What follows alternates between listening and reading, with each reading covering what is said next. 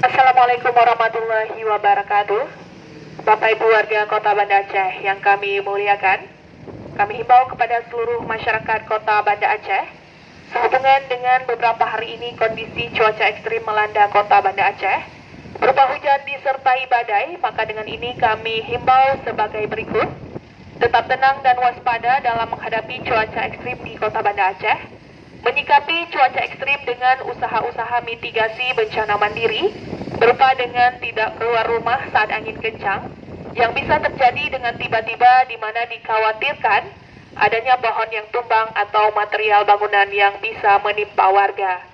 Kami juga mengharapkan kepada warga untuk pohon-pohon yang tinggi yang sudah tua atau lapuk di sekitar rumah untuk bisa ditebang mandiri atau berkoordinasi dengan Dinas Kebersihan dan Pertamanan Kota Banda Aceh, memeriksa atap rumah untuk terhindar lepasnya material seng dan lain-lain.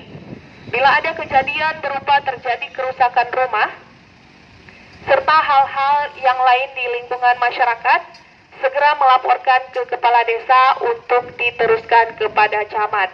Kami juga menghimbau kepada masyarakat untuk melaksanakan gotong royong di lingkungan tempat tinggal untuk membersihkan dan menjaga kondisi lingkungan terhadap hal-hal yang bisa menyebabkan terhindarnya bencana.